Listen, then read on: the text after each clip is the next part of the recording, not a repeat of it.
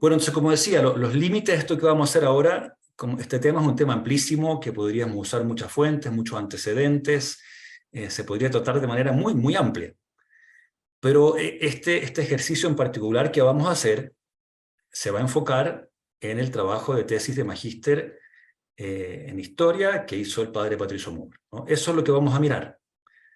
Claro, como les digo, podríamos mirar muchas cosas porque este es un árbol que tiene muchas ramas, ¿no? Pero esto no da para eso, son 5 sesiones, pero ojalá que a partir de esto que vamos a hacer, ¿no? Se nos despierte el apetito para, ¿por qué no?, profundizar un poco más a partir de los otros elementos que hay, resaltar el esfuerzo que ha hecho la editorial Nueva Patris de ir publicando no solamente la tesis de magíster del padre Patricio, sino que también todos los documentos, todos los decretos, ¿no?, que formaron parte del proceso de visitación, a partir del trabajo que ha hecho el padre, ¿cómo se llama? Eduardo Aguirre, que también están publicados por la editorial. En fin, en este momento el que quiera estudiar el tema tiene mucho más material de lo que existía, ¿no?, hace muy poco tiempo atrás. Había muy poco material para estudiar. Todo estaba un poco bajo llave en el proceso de canonización del padre, estaba en archivos a los cuales no todos tenían acceso. En fin, esto se ha abierto mucho más, y que para los que se les despierta el apetito de querer estudiar más, de ver otros antecedentes, en fin, puede hacerlo, pero como les digo, este taller se va a limitar a estudiar la tesis de magíster del padre, del padre Patricio Moore. ¿Cuál es una de las ventajas que tiene este taller que vamos a hacer? Que lo vamos a hacer precisamente con el que escribió la tesis, ¿no?, con el padre Patricio. Entonces eso ya tiene mucho, mucho valor porque, bueno, se dio el trabajo de hacer toda la investigación, en fin, lo que nosotros tenemos en la mano, ¿no?, como el libro es los que trabajan en el tema académico y hacen investigación, ¿no? Liz, sabemos que detrás de esto hay mucho estudio, muchos antecedentes, muchos datos, muchos elementos, y que la tesis, el resultado final de la tesis, claro, como que aglutina todo ese proceso de investigación y de estudio. Así que eso, bueno, nos lanzamos entonces. ¿Y cuál va a ser el esquema del taller que vamos a hacer? Bueno, en esta primera sesión va a haber una exposición de parte de Cristian León, que tiene que ver con todo lo que vimos en la introducción del libro y hasta el capítulo 2, ¿no?, que es la parte más bien histórica. Cristian nos va a hablar un poco de los ejes históricos, de los nudos que estaban ahí vivos en Europa en ese momento, en Europa, en Alemania en particular, ¿no? Y el padre Patricio Moore se va a enfocar en las corrientes eclesiales, los temas más teológicos que también aparecen en ese capítulo 2 que ojalá que hayan podido leer, ¿sí? Entonces primero vamos a dar paso a la exposición de Cristian, que más que una exposición es poner elementos sobre la mesa que nos sirvan luego para intercambiar, para conversar y profundizar un poco más. Don Cristian, ¿necesitas que te dé autorización para compartir pantalla?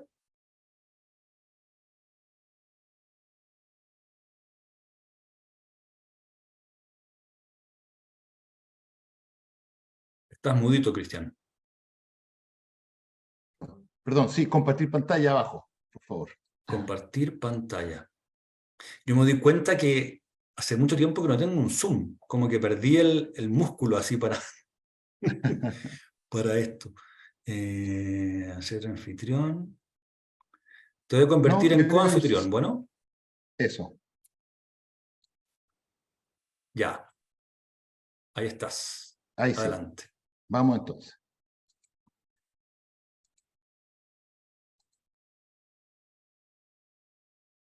Ahí. Bien. Me quiero cachiporrar un poquito, pero esta foto la tomé yo en Schoenstatt, en el Santuario de los Padres arriba. Me tocó unas condiciones como de un día de invierno, bien nublado, y de repente se abrió como la luz, el sol, en el horizonte fue como muy, y logré captar porque fue de segundos nomás. Pero esta foto quiere un poco centrarse un poco en lo que significa este contexto histórico de la visitación a la obra de Schoenstatt, ¿no es cierto?, que se le hizo al padre Kentenich, y yo voy a contar un poco el contexto histórico. Me voy a ampliar un poquito más para ver todo lo que es el siglo XX hasta el año 1953 y hacer algunos nexos, algunos nudos, como decía el padre Darío, sobre lo que significó un poco la visita del padre Kentenich. O sea, la visita al padre Kentenich del Vaticano, qué sé yo, y antes de Schoenstatt. Primero, partir que hay dos textos que fueron muy claves un poco para lo que uno como propuesta, ¿no es cierto?, del Manifiesto Comunista y el Capital, ¿no es cierto?, de Marx y Engels, que permitió de alguna manera, ¿no es cierto?, hacer todos movimientos sociales y como una matriz junto con los movimientos anarquistas que surgen en esa época y que van a generar toda una corriente que va a ser tomada. Y por otro lado, Max Weber, que analiza un poco la situación y dice, por un lado, cuál es la relación causal, si hay una relación causal, dice él, entre la ética protestante y el espíritu del capitalismo. Dado que, recuerden ustedes que las potencias que eran católicas, como Italia o España o Portugal, comienzan a languidecer en el siglo XVII, mientras las potencias que son anglosajonas, y pensemos en el mundo, no sé, los alemanes, pensemos en los ingleses, pensemos en Estados Unidos que están haciendo, empiezan a desarrollarse y a cobrar fuerza, ¿no es cierto?, durante el siglo XVII y XVIII, y se van a imponer. Entonces, él hace unas preguntas que a mí parecer me parecieron súper relevantes, y que deja unas cuestiones que son interesantes en ese libro, y que dice, en un libro escrito en el año 1905, por Max Weber, que se considera el padre de la sociología alemana, y dice, hace este paralelo, dice, el católico va a la iglesia, el protestante va a trabajar. El católico santifica el domingo, el protestante santifica el día de labor. El católico se hace monje, se retira al convento y se ejercita en la práctica del ascetismo. El protestante se convierte en un adicto al trabajo, desarrolla su carrera y practica el ahorro. Los santos de la Iglesia Católica viven en el reino de los cielos e interceden ante Dios por los habitantes de la tierra.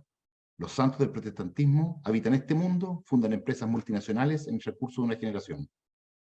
Si peca, el católico dispone de la confesión. El protestante tiene un montón de deudas y ninguna confesión, debe trabajar. Entonces, esto marca un poco también lo que fue este auge, y aquí tenemos una imagen que es bien interesante que le hace Pugin en Inglaterra, y que representa cómo era el mundo en el año siglo XV, la imagen de arriba, y cómo era el mundo, ¿no es cierto?, en el siglo XIX, o a mediados del siglo XIX, ¿no es cierto?, con el auge un poco de la industria, con la revolución industrial, y todo lo que significó un poco este cambio cultural enorme que significó la revolución industrial, y que va a empezar también a pegar fuerte en Alemania, sobre todo después de 1870, después de la reunificación alemana con Bismarck y la creación del Segundo Reich, con el Kaiser Guillermo II, y que va a hacer que Alemania entre también en el proceso de industrialización. Entonces, yo voy a dar solamente coordenadas generales para ir viendo cómo se va hilvanando todo este tema. Y con eso, junto con la revolución industrial, primero parte en Inglaterra, que le saca unos 40 años de ventaja al resto de los países, sigue Francia y después se va a meter Alemania, como decía, hace 1870 con la industrialización. Y van a surgir también los problemas sociales, va a surgir, como decía Karl Marx, que va a ver que hay un problema ahí, también los anarquistas, sobre todo con Mikhail Bakunin y Proudhon un poco antes, y empiezan a ver un poco estas relaciones tensas que empiezan entre el proletario, el obrero, ¿cierto?, y las clases asalariadas, el capitalista o el empresario, y estas tensiones. Entonces empieza a sucederse este tipo de cosas en todo el mundo. Como reguero de pólvora corren un poco las doctrinas socialistas y las doctrinas anarquistas, y también la Iglesia se mete un poco en este tema en un momento bien importante, el año 1891, porque Papa León XIII, un día viernes, ¿cierto?, 15 de mayo, publica la Rerum Novarum, que es una encíclica de la Iglesia Católica, que trata sobre las condiciones de las clases obreras, pero también ratifica el derecho a propiedad, qué sé yo, este tipo de cosas. Se mete también la Iglesia en esta discusión, que apremiante, esta es la primera encíclica social de la Iglesia Católica, y también es muy relevante un poco para lo que va a pasar en todo lo que es el comienzo del siglo XX. Y, como les decía, Alemania, por Prusia, podemos decir, se unifica, y el canciller Otto von Bismarck va a ser el gran artífice un poco de esta unificación, y también va a generar un tema clave con lo que va a ser lo que va a ser el plan de dominio del mundo, ¿no es cierto?, a través de la colonización y el imperialismo, que va a ser una característica muy importante, después del triunfo, ¿no es cierto?, que hacen los alemanes sobre los franceses, la guerra franco-prusiana, que el año 1870 finalmente deponen al emperador, a Napoleón III, coronan a Bismarck, ¿no es cierto?, o sea, perdón, al Kaiser Guillermo II en el Palacio de Versalles, que va a ser muy importante el lugar, porque también de ahí se va a firmar el final de la Segunda Guerra Mundial, el Tratado de Versalles. Por lo tanto, para la historia va a ser muy relevante todo este momento, y también una especie de también, ánimo también de revancha en algún minuto de la historia cuando se produzcan los acontecimientos adecuados por parte de los franceses. Por otro lado, gracias a Bismarck, comienza a tener una importancia cada vez mayor. Pensemos que era un país que eran principados que estaban no unificados, por lo tanto eran bastante provincianos, hasta que llega este famoso canciller de hierro y que permite la unificación de Alemania y crear un plan, ¿no es cierto?, muy a futuro de la industrialización de Alemania, del sistema educativo, del tema militar, ¿no es cierto?, de la expansión de la política internacional. Todo ese tipo de cosas va a meter Bismarck, y entre ellos un elemento importante es la famosa conferencia de Berlín del año 1884 a 1885, que de alguna forma se van a repartir, comillas, el mundo, y que va a tener consecuencias. Entonces yo puse aquí 8 elementos que son consecuencias del imperialismo. No las por tiempo no las voy a detallar, sino que simplemente las voy a enumerar para tenerlas presentes. Uno, la explotación de recursos naturales, ¿no es cierto?, en las tierras ultramarinas, podemos decir, que eran las colonias, principalmente África, Oceanía y Asia. América ya estaba independizada, ¿no es cierto? Después, en segundo lugar, los países europeos se convierten en potencia. En este momento, si bien desde el siglo XVI, XVII, ya Europa iba colocándose como la punta de lanza de la civilización, podemos decir que se consolida con la industrialización, ya tiene todos los elementos para dominar básicamente todo el mundo, y lo hace. Tercero, inversión en infraestructura, no tanto como para mejorar la calidad de vida de los habitantes originarios, digamos, de los países donde ellos colonizan, sino más bien para extraer recursos para la metrópoli, ¿no es cierto?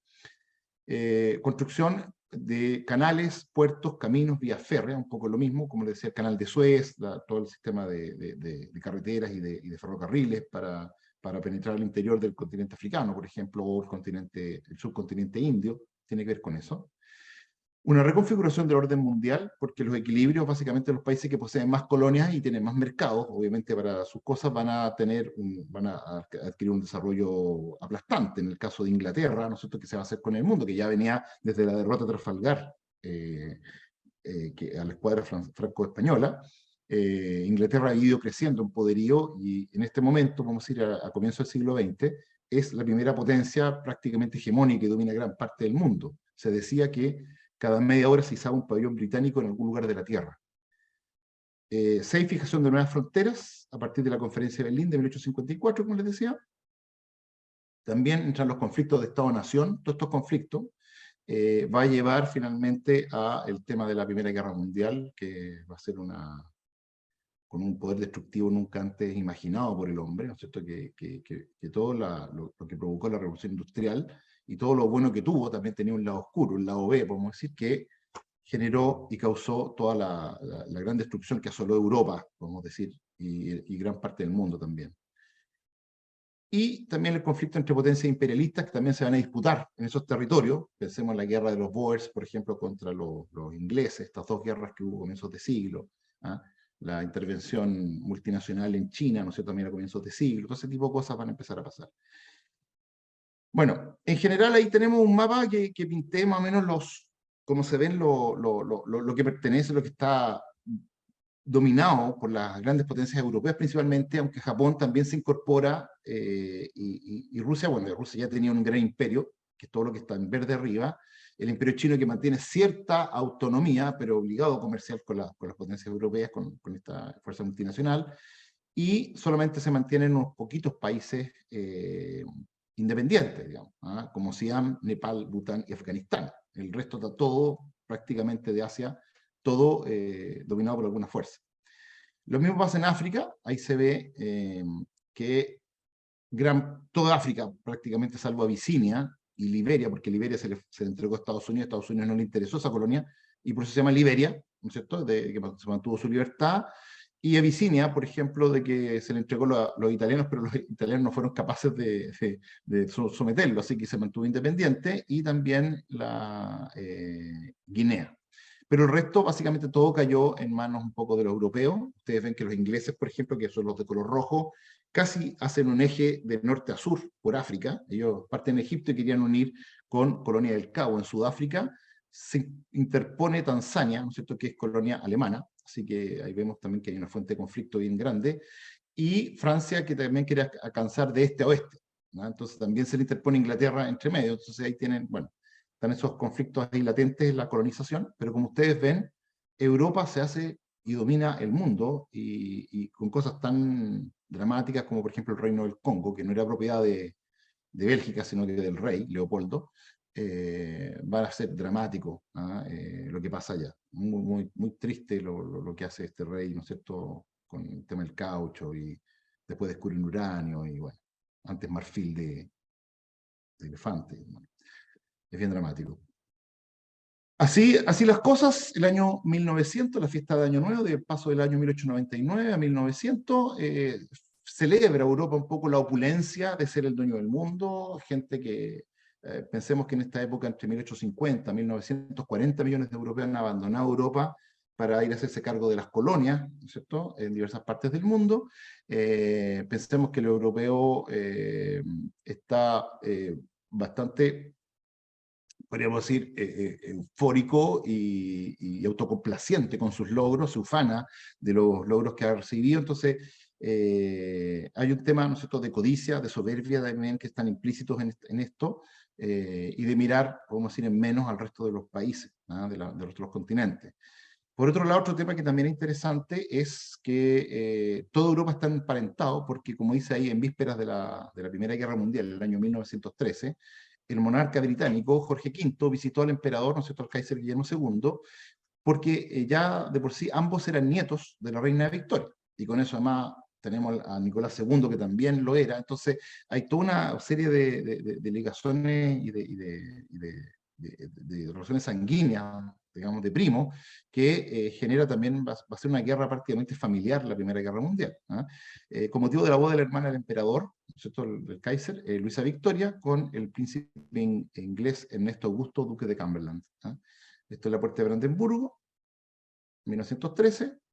Y por otro lado, tenemos que Alemania, que se empieza a industrializar, después con Bismarck, empieza un desarrollo tremendo.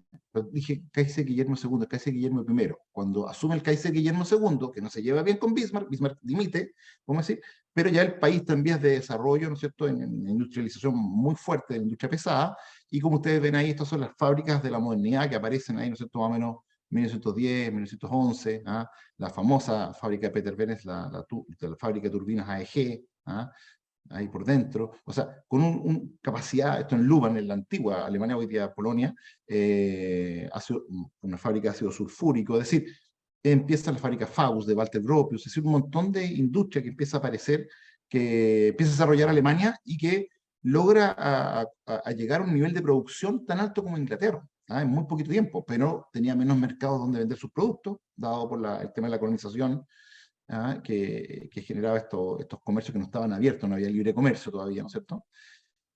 Hasta que va a llegar, ¿no es cierto?, este evento que todos conocen, que es el asesinato del archiduque Francisco Fernando en Sarajevo, ¿no es cierto? Él era heredero del trono austrohúngaro, y lo mata junto a su mujer, a Sofía Chotek, y esto va a ser la mecha que va a encender el polvorín de la Primera Guerra Mundial, y entramos en una guerra que, claro, los franceses, con ánimo de vengarse de la afrenta, ¿no es cierto?, de 1870, parten todavía con sus uniformes. Fíjense que los uniformes son idénticos prácticamente al uniforme que usa Chile el año 1879 en la Guerra del Pacífico.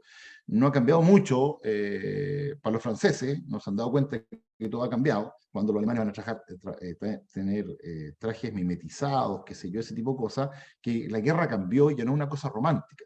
Pensemos que en agosto parte la guerra, pensando todos que iban a volver a sus casas a pasar Navidad, ¿no es cierto?, iba a terminar la guerra a finales del año 1918, perdón, 1914, perdón, y resulta que se transformó en las guerras más brutales que haya conocido la humanidad, con un saldo de unos 20 millones de muertos.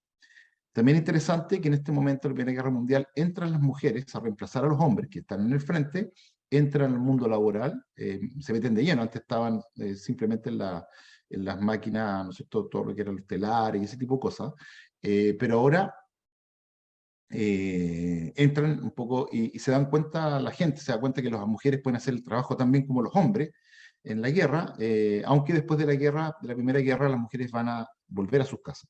En la Segunda Guerra Mundial va a ser un fenómeno distinto, que las mujeres van a entrar a reemplazar nuevamente a los hombres, pero de ahí no se van a volver a su casa. ¿Ah? Podemos decir que ya se incorporan de lleno en el ambiente laboral, podemos decir, industrial, los procesos, ¿no es cierto?, económicos de los países, y eso va a también traer consecuencias a nivel familiar, qué sé yo, que lo estamos viendo hoy día.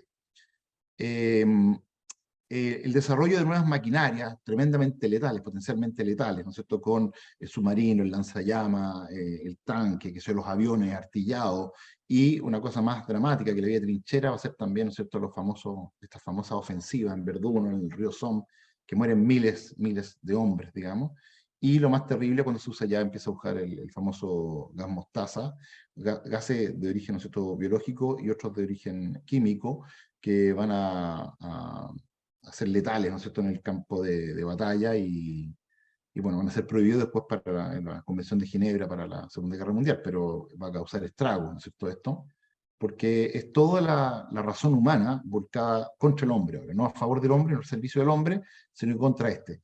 Y eso va a generar toda una destrucción terriblemente sangrienta, vamos a decir, en costo de vidas humanas.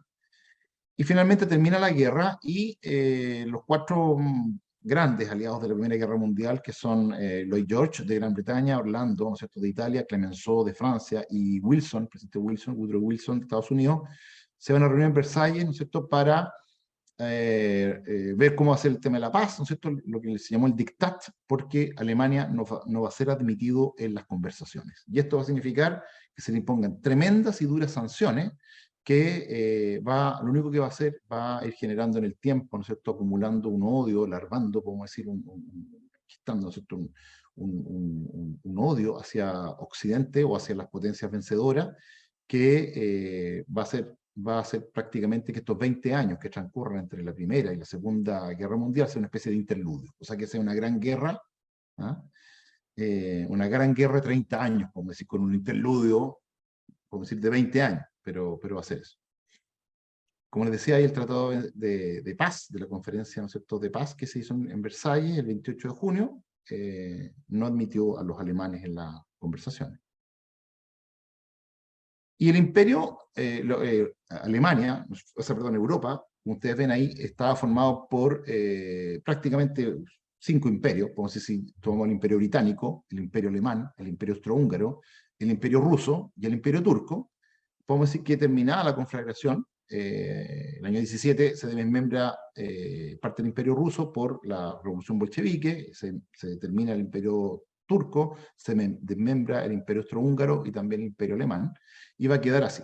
Entonces, como ustedes ven, surge Polonia, que siempre le ha costado mantener su independencia,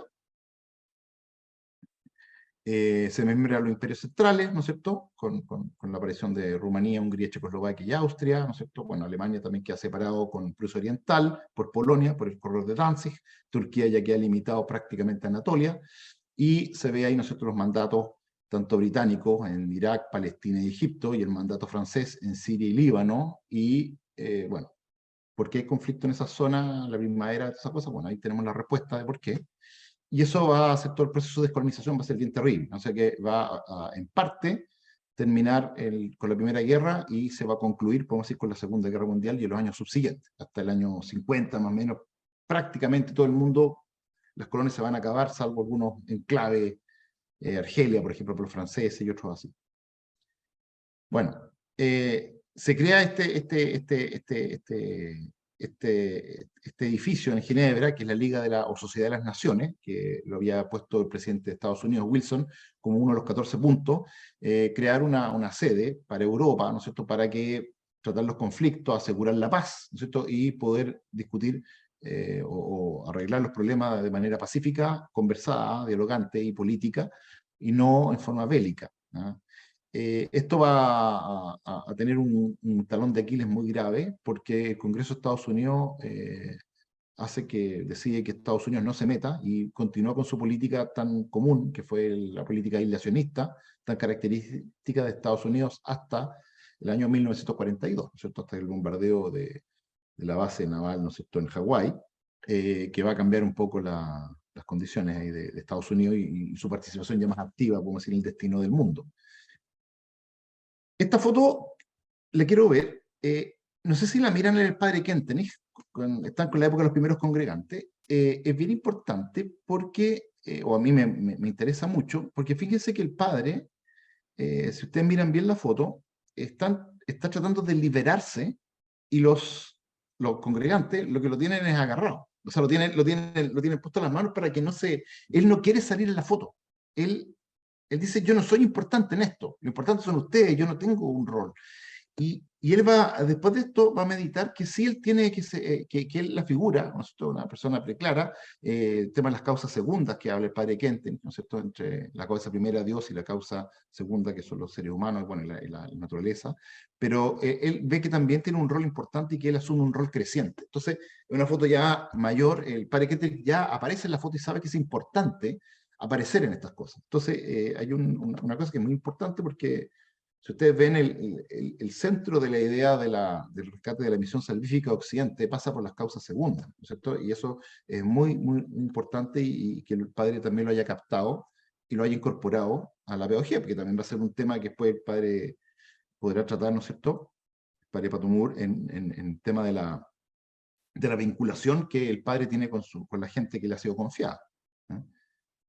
Bueno, y también la Primera Guerra también trae para Schoenstatt, también cobra sus primeras víctimas, las famosas cruces negras, que son muchos, que van a morir en las trincheras, el más importante, ¿no es cierto?, que todos conocemos, José Engling, pero también está, como vemos, a Hans Born, Max Brunner, hay un montón, ¿no es cierto?, de las cruces negras que mueren en la Primera Guerra Mundial, con su acto, ¿no es En cierto?, la segunda, en segunda. Dijiste No, la primera. primera. José Engling la primera. Verdad, tienes razón. Sí, sí. Que mueren un poco en los primeros congregantes después de su alianza de amor con María, ¿no es cierto?, con la Mater. Bueno, Alemania igual empieza a desarrollarse, ¿no es cierto? Se crea una escuela de diseño fabulosa, que hasta el día de hoy tiene influencia en las escuelas, todas las escuelas de diseño del mundo, por lo menos del mundo occidental, que es la escuela de la Bauhaus, ¿no es cierto?, que en este caso es la segunda sede, porque la primera estaba en Weimar, que es justo el lugar donde se redactó la Constitución Republicana, ¿no es cierto?, que generó una democracia en este periodo, estos 20 años entre 1919 a 1933, y que después, bueno, menos de 15 años, 14 años, pero igual la Bauhaus va a tener esa misma duración. Esta es la segunda sede que se construye en Dessau, porque mientras los alemanes van ganando las alcaldías, como si los ayuntamientos de las ciudades, primero en Weimar, ¿no es cierto?, luego a Dessau, después se van a tener que ir a Berlín, en Berlín finalmente la van a cerrar el año 33, pero va a ser una impronta un poco también de ver la repercusión que tiene lo que hacen los alemanes en el mundo entero. Y la enseñanza del diseño, la articulación con la industria, la articulación, ¿no es cierto?, con la artesanía y con el arte, va a ser clave y la impronta va a quedar para siempre, a pesar de que duró escasos 14 años y de haber sacado unos 300, 400 alumnos egresados de la Escuela de Diseño, pero con eso fue suficiente para marcar el rumbo de todo lo que el mundo del diseño hasta el día de hoy. Ahí están los profesores, tenían los mejores profesores, la gran asertividad probablemente de un Walter Gropius fue contratar a profesores como Paul Klee, que ustedes conocen, a Mies van der Rohe, bueno, a Marcel Breuer, a Laszlo Molinari, hay un montón de profesores de primera línea, ¿no es cierto?, que van a estar trabajando acá, muy famosos, Oscar Schlemmer, qué sé yo, la Gunther Stolz, que es profesor de tejido, bueno. Y esto va a pasar que el año 29, en Estados Unidos, el famoso martes y después jueves negro, famoso de octubre, el año 29, van a causar, ¿no es cierto?, un derrumbe, podemos decir, y todos los sectores de la economía, sobre todo la industria pesada, van a caer, y la inflación se va a apoderar de todo el mundo. Y esto es particularmente, esta es la imagen, ¿no es cierto?, en Estados Unidos, en Wall Street, cuando sale la gente a decir que han caído las acciones, que sé yo, toda esta cosa, mercado accionario, y va a tener un correlato que básicamente los norteamericanos, mucha gente, quedan con desempleo, caen en la pobreza, ¿no es cierto? Tienen que hacer colas para que les den sopa. La gente come habitualmente una especie de sopaipilla, o sea, es la comida, o sea, una masa frita con aceite. Eso es la comida que ellos comen, digamos. Y esto imagínense, si esto pasa en Estados Unidos, en Alemania, esto va a tener repercusiones terribles. El auge del mercado negro, la prostitución, ¿no es cierto? Todos los bajos fondos de la ciudad que aparecen en este momento de decadencia, va a llevar a una decadencia moral, porque Alemania, que además estaba obligado a pagar los costes de la guerra, que le habían expropiado, le habían quitado un montón de terreno en Alemania, la zona del Alsacia-Lorena, el Saar, no sé, zona carbonífera, desmilitarización del Rin, bueno, un montón y coste total de los costos de la guerra. Esto, si ya estaba en el tarro de la basura, los alemanes, podemos decir que la crisis del 29 les puso la tapa. Y con esto ya cae, ¿no es cierto?, en una cosa muy dramática, y toda esta cosa, no solo material, sino que moral y espiritual, empieza, claro, a aparecer los vendedores de luces, qué sé yo, el marco alemán no vale nada. Fíjense que la gente lo ocupaba para empapelar papeles o para hacer castillitos y jugar porque no valía nada el dinero alemán. Entonces esto hace como unos 6 millones de desempleados en Alemania. Entonces la miseria es tan grande. Fíjense acá los niños esperando su ración de leche. ¿Ah? Entonces, podemos decir que un trabajador de cada dos, o sea, el 50% de la masa trabajadora alemana estaba en paro. ¿Ah? Y esto va a tener efectos devastadores en la familia. Aquí fíjense que hay una familia pidiendo autorización para mendigar en la calle, porque los alemanes son ordenados, ¿cierto? Entonces, en Turingia. Entonces, fíjense que todo el drama que empezaron a vivir los alemanes, y era obvio que frente a este panorama, ¿no es cierto? Surge ahí esa frase que está ahí atrás, que dice, elegid a Hitler. ¿Ah? Esto en Hamburg. ¿Ah? Entonces, perdón, en Hannover, el año 32. Entonces, las figuras mesiánicas que empiezan a aparecer, ¿ah? Con un personaje con mucha labia, podemos decir que encantador de serpiente, con partidos bien radicalizados, ¿no es cierto? Comienzan a agitar, a crear agitadores, ¿no es cierto? Va a haber un intento de golpe, el famoso Putsch de Múnich, y después ya, bueno, Hitler va a empezar a ascender. Entre ellos, el 33, cuando ya toman el poder, van tomando el poder y en este caso cierran la Bauhaus. Los alemanes llegan y cierran la Bauhaus. Y comienza el ascenso de esta figura, ¿no es cierto? Que estas concentraciones, que comienza toda la gente, podemos decir, ustedes ven este fotograma espectacular, ¿no es cierto?, de Hitler ahí en Nuremberg. Nos habla un poco del poder de convocatoria que va a tener este personaje y cómo va con el uso de la propaganda, con el uso del cine, ¿no es cierto? La arquitectura, va a lograr la afiliación del pueblo alemán y lo va a llevar a esta aventura. Tiene datos para mostrar. El año 35, pensemos que el año 29, la Gran Depresión, el año 35 Alemania es la tercera potencia mundial una vez más, ¿no es cierto? Después de Inglaterra y Estados Unidos primero, Inglaterra y Alemania tercer lugar, ha sido capaz, dejando de pagar los pagos de costo de guerra de Versalles, impulsando su industria pesada, ¿no es cierto? Y un desarrollo tremendo ¿no es cierto? Con economistas que logran revertir una situación muy compleja. Claro, esto gana la adhesión de la gente, entonces, tanto que Alemania organiza los Juegos Olímpicos en Berlín el año 36, ¿ah? Famoso, ¿no es cierto? Todas estas cosas. Entonces ya la propaganda empieza a calar hondo, ¿no es cierto?, en la gente y empieza a acercarse todo un problemón que va a concluir, ¿no es cierto?, con todo esto, comillas, que se veía tan grandioso y que la gente celebraba. Se dan cuenta que se había construido un castillo, ¿no es cierto?, un gigante con pies de barro y que esto llevó, ¿no es cierto?, terminó, podemos decir, en algo tan trágico como los campos de concentración, este caso de Auschwitz, o sea, de exterminio, perdón, Auschwitz. Ahí se ve, ¿no es cierto?, una imagen de la época, contrastado con una imagen actual, ¿no es cierto? Y el drama un poco que se vivió en nuestros campos. Si ya el campo del Parekentrich, que era de concentración, ya era extremadamente duro y moría mucha gente, pensemos lo que fue los campos de exterminio. Gente en Auschwitz que era en esa misma rampa, los mismos andenes, ¿no es cierto?, era seleccionado inmediatamente, ni siquiera alojaba en Auschwitz, sino que ese mismo día lo llevaban a las cámaras de gas. Entonces una cuestión que realmente era terrible. Y toda esa degradación que sufrió, ¿no es cierto?, el ser humano, producto de una ideología totalitaria, fue tremendo. Entonces, lo que llegamos al caso de la industrialización de la muerte, ¿ah?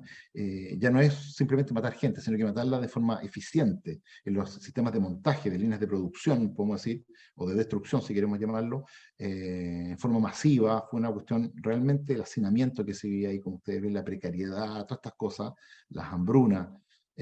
Tanto que Eisenhower, cuando empezó a liberar los campos de concentración, dijo que había que llevar a los alemanes. Los alemanes, él dice, van a tender a negar que esto no pasó, porque uno tiene dos oportunidades: frente a algo tan atroz, o tú niegas la realidad o niegas la conciencia, ¿no es cierto? O sea, dice, esto no pasó, porque decir, sí, está bien que los hayan matado a los judíos, ¿no es cierto?, es muy, muy terrible. Entonces uno dice, no, no, esto no pasó. Entonces dijo, no, aquí lleven a la gente a los pueblos cercanos, a los campos de exterminio, y que vean. Y esto es lo que, fíjense, esta foto es muy elocuente. Después de visitar los campos de concentración, ver las hileras, las filas, la gente muerta, agrupada, nosotros, los judíos, los gitanos, los homosexuales, nosotros ahí apilados. Básicamente lo que escribe Teodoro Adorno después, dice, después de Auschwitz solo quedó el silencio y Alemania cayó, ¿no? Ese es el contexto del año 1945. Y también Schoenstatt cobró sus víctimas, ¿no?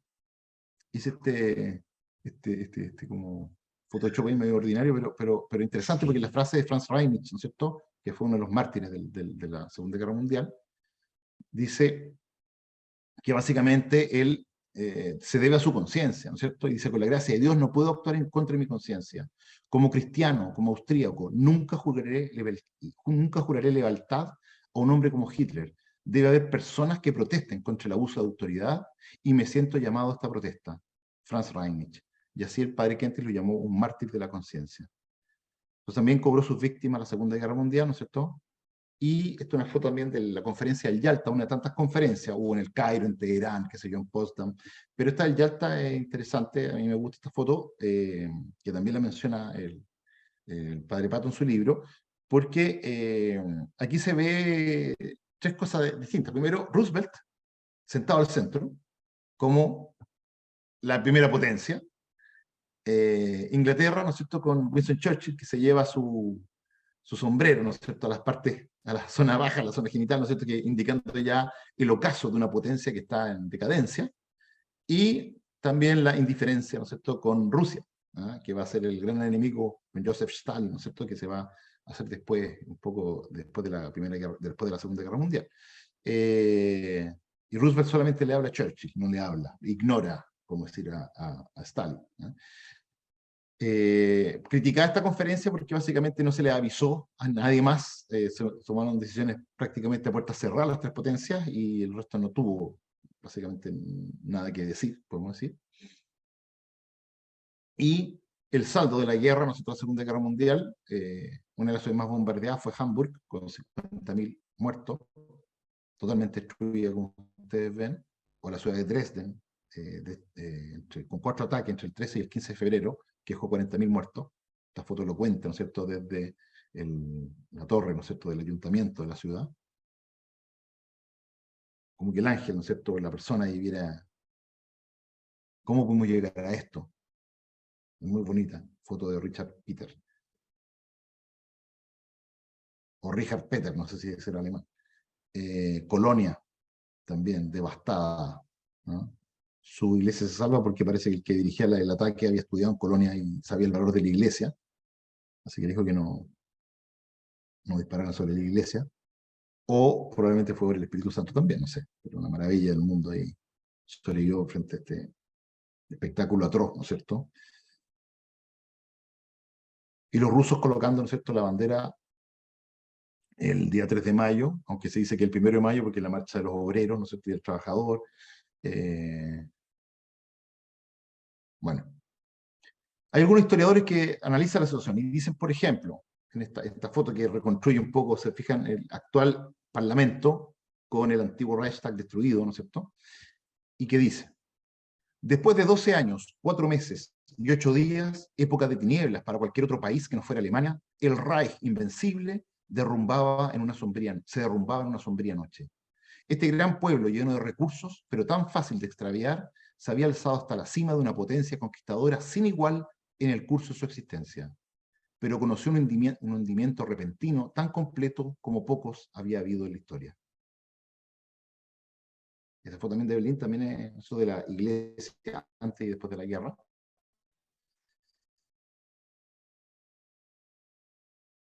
También escribe, William Shirer dice, en la primavera de 1945, el Tercer Reich cesó pura y simplemente de existir.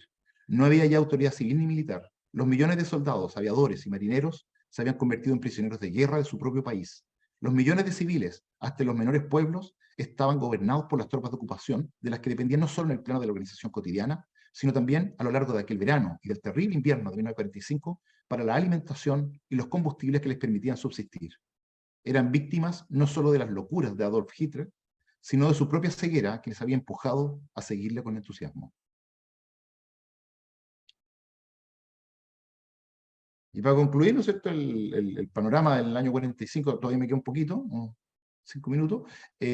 Bueno, el lanzamiento de la bomba atómica, ¿no es cierto?, terrible, que ya, claro, es distinto una potencia totalitaria que arrase con el mundo a que un país democrático, ¿no es cierto?, achicharre a 100.000 personas, o varios cientos miles de personas, cientos de miles de personas en Hiroshima y Nagasaki.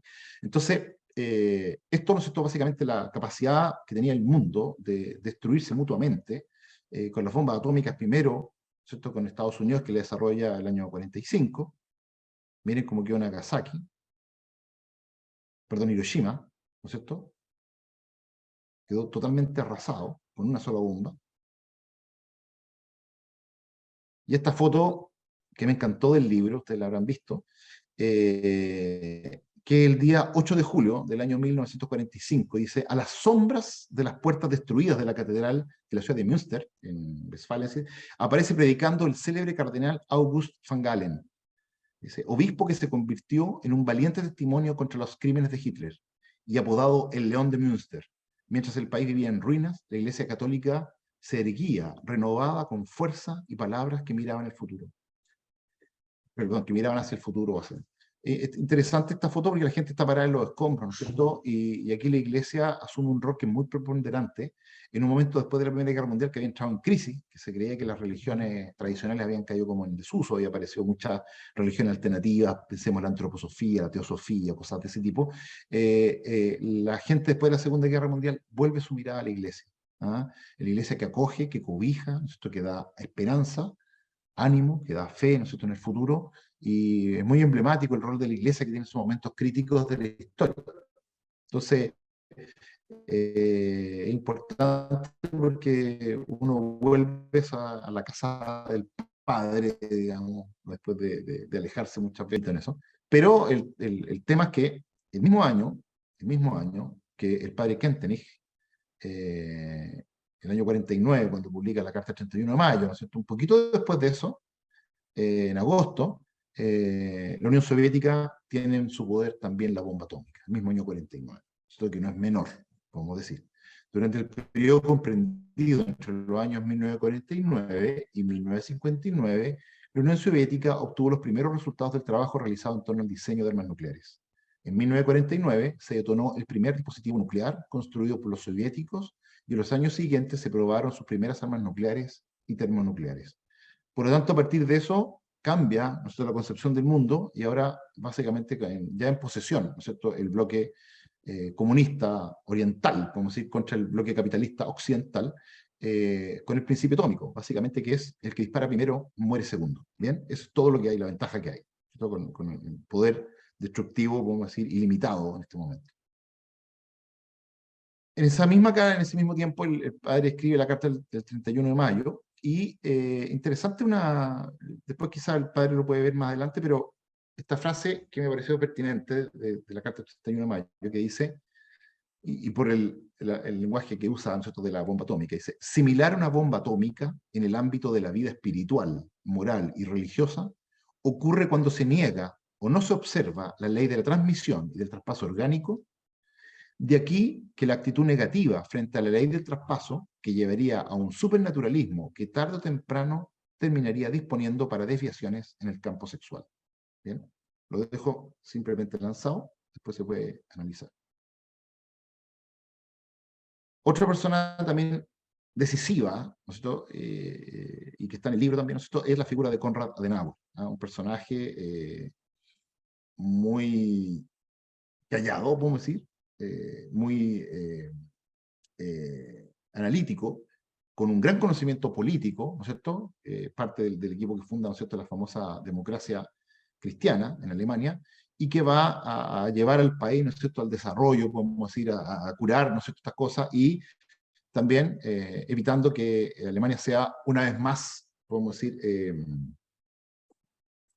relegada o castigada, sancionada duramente. Entonces, en ese sentido, por el contrario, logra la integración plena, ¿no es cierto?, junto con entender un poco los Estados Unidos, que saben que no pueden hacer lo mismo que hicieron en la Primera Guerra Mundial, y Konrad Adenauer, ¿no es cierto?, es elegido canciller federal por el Parlamento Federal y ocupó este cargo, ¿no es cierto?, desde el año 1949 hasta el año 1963. Va a ser canciller de Alemania, que va a hacer que Alemania salga, ¿no es cierto?, de esto y progrese y se convierta nuevamente en potencia. Y con ello también fue clave también la ayuda, ¿no es cierto?, el famoso Plan Marshall, que se hace, que como dice lo que dice el afiche que está ahí, ¿no es cierto?, dice, cualquiera sea el clima, solo alcanzamos la prosperidad juntos. Esta idea, ¿no es cierto?, de alinear todas las potencias pro-americanas, podemos decir, pro-occidentales, en contra de las que son comunistas o con la influencia soviética, las agrupan, ¿no es cierto?, y establecen todo un sistema de ayuda muy importante. Y aquí se ven ya la reconstrucción, como si que se hace con el Plan Marshall, donde ya Alemania Occidental comienza a reconstruirse. En ese mapa que está ahí se ven los montos. Ustedes ven que Inglaterra recibe prácticamente el doble, está hablando de 3.000 millones de dólares comparados con los 1.400 y tanto que va a recibir Alemania, más recibir casi 2.000 probablemente, ¿no es cierto?, Francia, bueno, Italia, saben, todos los países que reciben la ayuda económica, el largo del gráfico muestran la cantidad de plata, se las puse ahí por si las querían saber, pero básicamente este tema de ayuda, ¿no es cierto?, va a permitir reconstruir y crear un círculo virtuoso, económico, que va a permitir salir un poco de la gran tragedia que fue la destrucción, ¿no es cierto?, que había costado prácticamente, algunos hablan de 30 a 60 millones de víctimas, ¿no es cierto?, durante la Segunda Guerra Mundial, o sea, un colapso absoluto, ¿no es cierto?, de aniquilación. Y también lo que se forma un poco con la Guerra Fría, donde con estas alianzas, que aparece Varsovia el año 55, donde todos los que son en rojo son el famoso Pacto de Varsovia, para hacer una franca oposición a lo que son el pacto de la OTAN, ¿no es cierto?, de estas alianzas militares. Básicamente, si nos ataca uno, nos atacas a todos, ¿no es cierto?, y así proteger un poco con... Entonces, están todos los países incorporados ahí en esta alianza, que va a marcar tanto la Guerra Fría famosa durante la época de la posguerra, hasta el año 1990, cuando finalmente caiga Berlín. Ahí están más o menos en grandes rasgos. Todo esto es una cosa de Occidente y del hemisferio norte, digamos. Nosotros no participamos en buena hora. Bien. Y también, como dije, el año 53, que es la fecha que termina el libro, también es muy importante, porque el año 53 también es cuando Stalin fallece, muere el famoso el hombre de acero. Así que con eso comienza inmediatamente con Nikita Khrushchev, ¿no es cierto?, el proceso de desestanilización de la Unión Soviética, y que va a terminar solamente con la disolución de Rusia el año 1990. Así que ese es un breve resumen un poco de lo que fue más o menos el contexto, para tener bien consciente un poco en ese entorno. Solamente una pequeña conclusión. Es muy relevante a nivel de iglesia, y el padre lo va a tratar después, que a mí me queda siempre esa pregunta: ¿cómo la iglesia, que estaba prácticamente asolada, destruida, con un país que estaba destruido, ¿no es cierto?, totalmente moralmente, espiritualmente, la iglesia ya está totalmente conformada en tal nivel el año 49, o sea, estamos hablando 4 años después de la guerra, que es capaz de hacerle un proceso al padre Kente, o iniciar un proceso formal, ¿no es cierto?, bastante exigente y bastante organizado, digamos, sistemático, en una iglesia, en una Alemania que se está recién rearmando de la destrucción total prácticamente, vimos cómo quedaron sus ciudades. Entonces, eso yo creo que también nos tiene que hacer reflexionar. Bien, así que hasta aquí mi presentación. Muchas gracias, Cristian. Algunos de ustedes en el chat hicieron algunas preguntas, al final podemos hacer algunas preguntas a Cristiano, complementar con nuestros puntos de vista. Padre Patricio Moore, tienes la palabra para hablarnos un poco del contexto eclesial, teológico de esos años.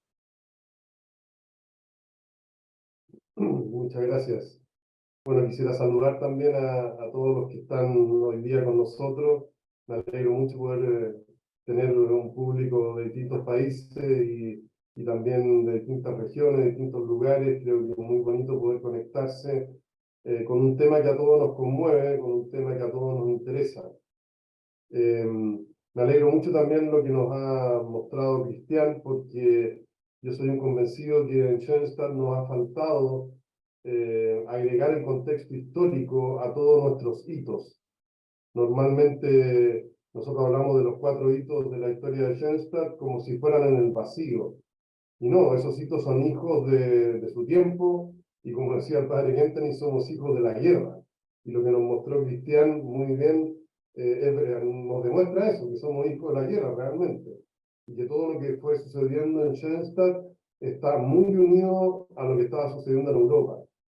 Y por eso siempre es bueno volver a este contexto histórico. Quizás comienzo con una pequeña anécdota. Yo hice este magíster de historia antes de que apareciera esto de la Frau von Teufenbach, y mi idea original era hacer el magíster sobre el 18 de octubre de 1914, porque nosotros siempre hablamos de la fundación de Schoenstatt, pero no nos damos cuenta que el acta de fundación que nosotros conocemos es 1/3 del acta de fundación en realidad. Los otros 2/3, el padre Kentenich habla de la Primera Guerra Mundial, y eso siempre lo sacamos nosotros. Entonces yo quería hacer una historia completa, digamos, del 18 de octubre que queda para algún día, pero que me parece muy importante el momento histórico en que Schoenstatt nace. Es fundamental eso. Yo quisiera, antes de entrar al contexto histórico de la Iglesia, decir 5 cosas. ¿Por qué es importante cuando uno se enfrenta a un texto histórico?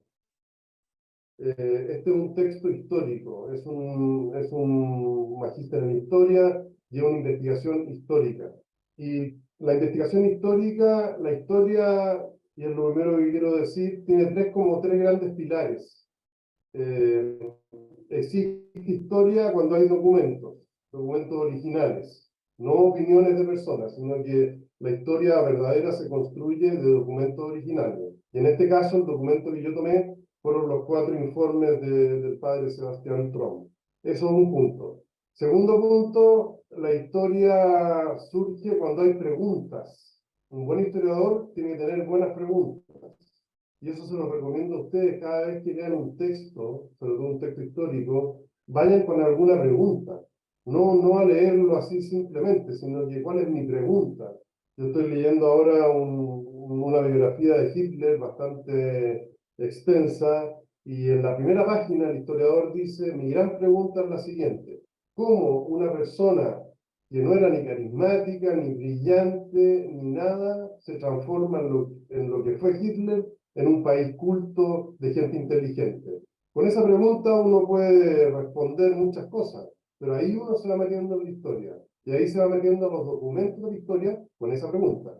Entonces las preguntas son fundamentales. Y lo tercero, que es fundamental para un buen trabajo histórico, son las conexiones que uno vaya haciendo. Las conexiones que hace con el contexto histórico, las conexiones que va haciendo uno con lo que aparece en esos documentos. Por ejemplo, en estos 4 informes del padre Trom, él va nombrando distintas cartas. Entonces uno tiene que ir a esas cartas y conectarse con ellas. O va nombrando a personas, también uno tiene que conectarse con esas personas. O fechas que uno dice: oye, esto coincide con esto. Entonces esos 3 pilares hacen de la historia. Por un lado tiene que haber un documento original, tiene que haber buenas preguntas, y tiene que haber buenas conexiones. Y por eso yo les recomiendo también que hoy día ustedes anoten las preguntas que tienen de todo este tiempo de la visitación. Y al final veamos si se respondieron. Pero es bueno tener preguntas. Entonces hagan ese ejercicio hoy día de cuáles son mis preguntas personales frente a todo lo que sucedió. Frente al padre Kentenich, frente a Trump, frente a la iglesia, y así yo puedo también profundizar y puedo descubrir mucho más. Eso es lo primero. Segundo, la historia tiene límites. Y yo creo que esto es bien importante porque mucha gente pregunta, bueno, ¿cómo van las investigaciones? ¿Cuándo vamos a saber qué es lo que pasó? Bueno, saber exactamente lo que pasó no lo vamos a saber nunca, en el cielo, si Dios nos permite. La historia tiene límites. Es imposible saberlo todo, porque detrás de todo esto está el ser humano, que es un misterio. Y muchas cosas uno se las lleva a la tumba y no las dice nunca, y ahí están en el corazón del ser humano. Nosotros nos podemos acercar, podemos conocer cada vez mejor al Padre Kenton, pero hay muchas cosas que él se guardó y que él tenía en su corazón, en su alma, y no las vamos a saber solamente cuando estemos con él. Entonces, bueno, también saber de esos límites. Y por lo tanto, tercero, la verdad histórica siempre es una aproximación. No existe la verdad absoluta en ninguna historia. Esto vale para todo, digamos, porque cada vez que uno puede tener nuevas interpretaciones, aparecen nuevos documentos, aparecen nuevas preguntas. Yo estoy convencido que en 100 años más, los chantateanos que estén en 100 años más van a hacer preguntas totalmente distintas a las que hicimos nosotros, y van a descubrir cosas nuevas del Padre Kenton, que nosotros no descubrimos. Nosotros estamos limitados a nuestras preguntas y estamos limitados a lo que nosotros creemos. Y por eso que la historia va cambiando, la historia se va revisando, la historia va creciendo. Y en este caso también, lo que sabemos nosotros hoy día de toda esta historia es muchísimo más de lo que se sabía hace 30 años. Y en 50 años más va a ser más aún, pero con otras preguntas y con otras interpretaciones. Y por lo tanto, el juicio histórico también va cambiando. No existe un juicio histórico.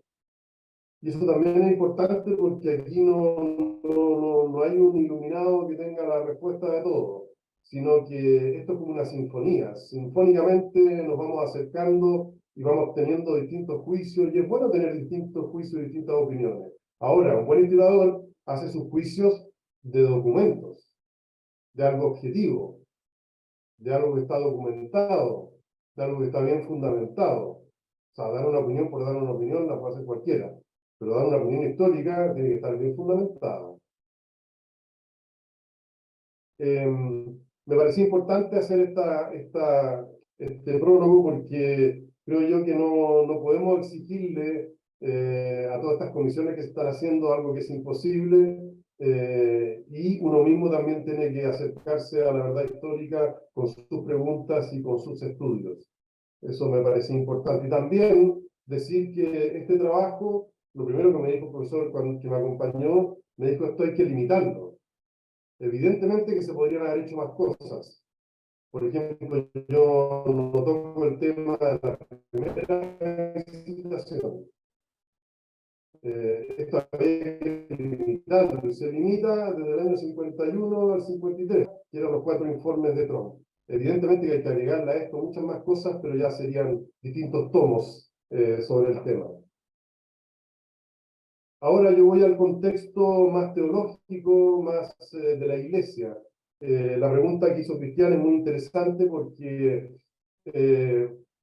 una de las cosas que se sabe es que en realidad la Iglesia Católica de alguna manera salió bien parada después de la Segunda Guerra Mundial, porque fue la Iglesia quien más estuvo en contra de Hitler. A diferencia de la Iglesia evangélica luterana, que apoyó más a Hitler. Muchos generales, muchos acompañantes de Hitler eran luteranos, y por lo tanto la revisión histórica luterana es más compleja que la católica. Y la Iglesia Católica estaba muy bien constituida, con organizaciones muy buenas, por ejemplo, Cáritas, o por ejemplo, que es muy interesante, Schoenstatt era conocido en ese tiempo porque era un lugar donde se acogían a los refugiados de la guerra. Creo que hemos perdido también ese contexto histórico de Schoenstatt. Schoenstatt era conocido por los refugiados que llegaban, y porque se les buscaba lugar, y porque muchos de esos refugiados entraron en Schoenstatt y conocieron Schoenstatt. Entonces esa foto que mostró Cristian es bien impactante porque por un lado están todas las ruinas de la ciudad y por otro lado el cardenal impecable con esa túnica y con esos monaguillos que están al lado llevando la túnica, los monaguillos impecables también, como mostrando, esta es la iglesia católica. Las ruinas están por todos lados, pero la iglesia está de pie. Y eso era verdad. Y tan verdad que yo diría que el crecimiento de Schoenstatt más grande que hubo en la historia fue en esa época. Entre el año 45 y 53, cuando termina la visitación, la cantidad de hermanas que entraban a Schoenstatt por año era impresionante. Habían varios noviciados, hasta 100 novicias por año. Una cosa que hoy día diría, ojalá que Dios nos regalara eso. Pero había como una nueva primavera de la iglesia alemana, que naturalmente llegó también a Schoenstatt. Schoenstatt también vivió una primavera impresionante en esa época, y la iglesia alemana también. Y aquí yo quiero rescatar tres movimientos que se agregan a Schoenstatt, que fueron muy importantes en esa época, y que de alguna manera tienen que ver con Alemania. El primer movimiento es el movimiento litúrgico. El movimiento litúrgico nace en una abadía benedictina que está al lado de Schoenstatt, que se llama María Lach. Los que vayan a Schoenstatt alguna vez que la visiten. Está, no sé, en auto a 20 minutos, media hora de Schoenstatt. En María Lach, en esta abadía benedictina, comenzaron a preparar en el fondo el Concilio Vaticano II y la reforma litúrgica. Ellos adelantaron, porque se dieron cuenta estudiando de que la liturgia no estaba bien, se había llenado de una cantidad de cosas que no tenían sentido. Y a eso se agrega un gran teólogo alemán, que es Romano Guardini, que era como el que le dio la teología a ese movimiento litúrgico. Y donde la liturgia, bueno, llevado por los benedictinos, tenía una importancia fundamental, y eso posibilitó la reforma litúrgica del Concilio Vaticano II. El Concilio Vaticano II habría sido imposible sin los grandes teólogos plantaron y permitieron tener un fundamento teológico sólido para cambiar la Iglesia. Y en eso Alemania jugó un rol muy importante con este movimiento litúrgico. Después hay un segundo movimiento, que es el movimiento juvenil.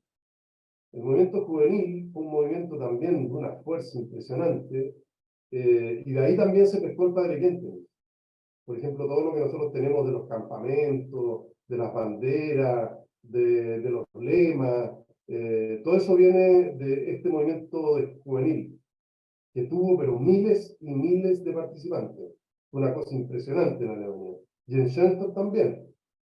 O sea, nosotros, esto es bien importante porque uno como que cree que Schoenstatt, no sé, andaba en la estratosfera con una nave espacial. No, nosotros éramos parte de toda esta historia. Y ganamos gente por esta historia.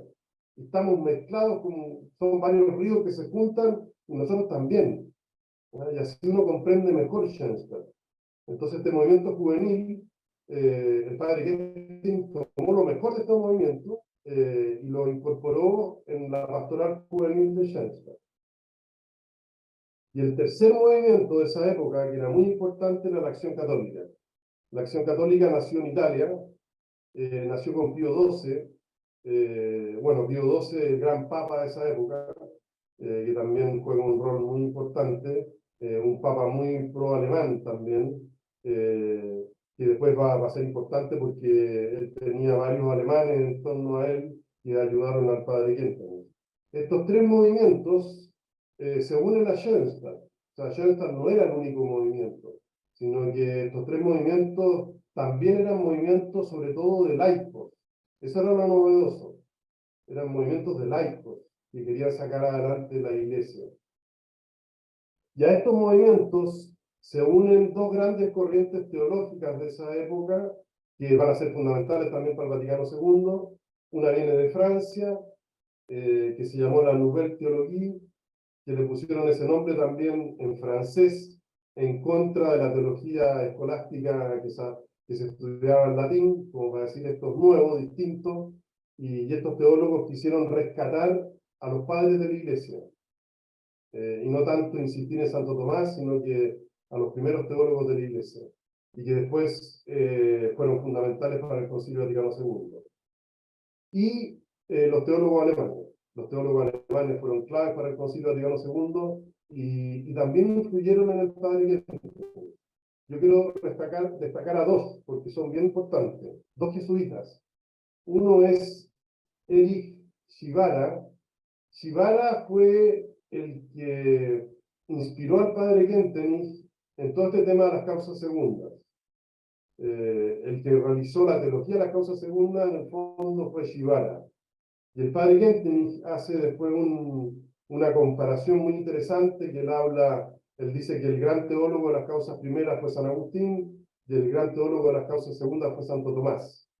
Eso viene de Shibara. Erich Shibara, un jesuita del siglo XX, que fue fundamental para el padre Kentenich. Y él agrega que lo tercero va a ser las causas primeras, las causas segundas, y lo tercero, dice el padre Kentenich, es la psicología de las causas segundas. Y eso es lo novedoso de Schoenstatt. Después vamos a meter en ese tema, pero lo quería yo mencionar porque Erich Shibara jugó un rol muy importante en su manera de pensar. No hay ningún ser humano que venga a la nada. O sea, el padre Kentenich, lo genial de él era que tomaba lo mejor que él creía que podía tomar de gente y lo tomaba y lo hacía lenguaje schoenstattiano. Entonces, bueno, también ir viendo de dónde tenía él esas fuentes. Y después el otro teólogo que fue muy importante en el concilio y también en el padre Kentenich fue Karl Rahner. Es muy interesante porque el año 54, o sea, un año después que terminara la visitación, el padre Kentenich le escribe al padre Meiningen una carta que tiene como 250 páginas, o sea, una epístola perlonga, una carta del 31 de mayo. El padre Kentenich escribió varias cartas de ese tipo, ¿verdad? Que eran enormes. Y en esta carta se llama la carta del 20 de agosto, porque el 20 de agosto de 1954, el padre Meiningen y un grupo de sacerdotes que después fundaron nuestra comunidad, hicieron un acto de fidelidad al padre Kentenich, después de la visitación, como diciendo, a pesar de todo lo que ha pasado, nosotros seguimos contigo. Y le escribieron a él. Y él les respondió con esta carta de 250 páginas. En esta carta de 250 páginas, el padre Kentenich se adhiere a 7 tesis de Karl Rahner sobre la Iglesia. Es súper interesante como él trata de explicar su relación con la Iglesia a través de estas tesis que había escrito Karl Rahner.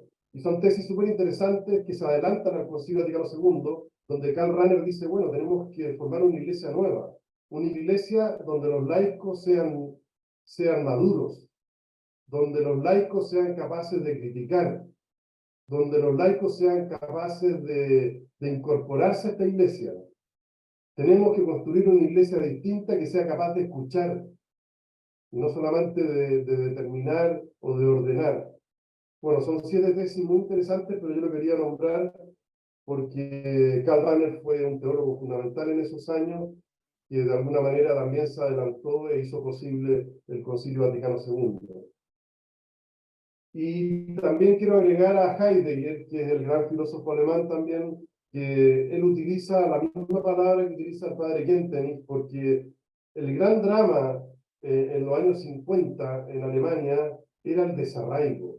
La cantidad de gente que murió, como decía Cristian muy bien, la cantidad de hombres que murieron, produjo un desarraigo emocional enorme. La cantidad de gente que emocionalmente no estaba bien eran millones. Y ahí el padre Kentenich, en el año 51, en la jornada que tenemos el libro que surge el hombre nuevo, esa jornada que es genial, en esa jornada él habla de esa palabra, desarraigo del ser humano, que es la misma palabra que utiliza Heidegger, porque ese era el sentimiento que había en esa época.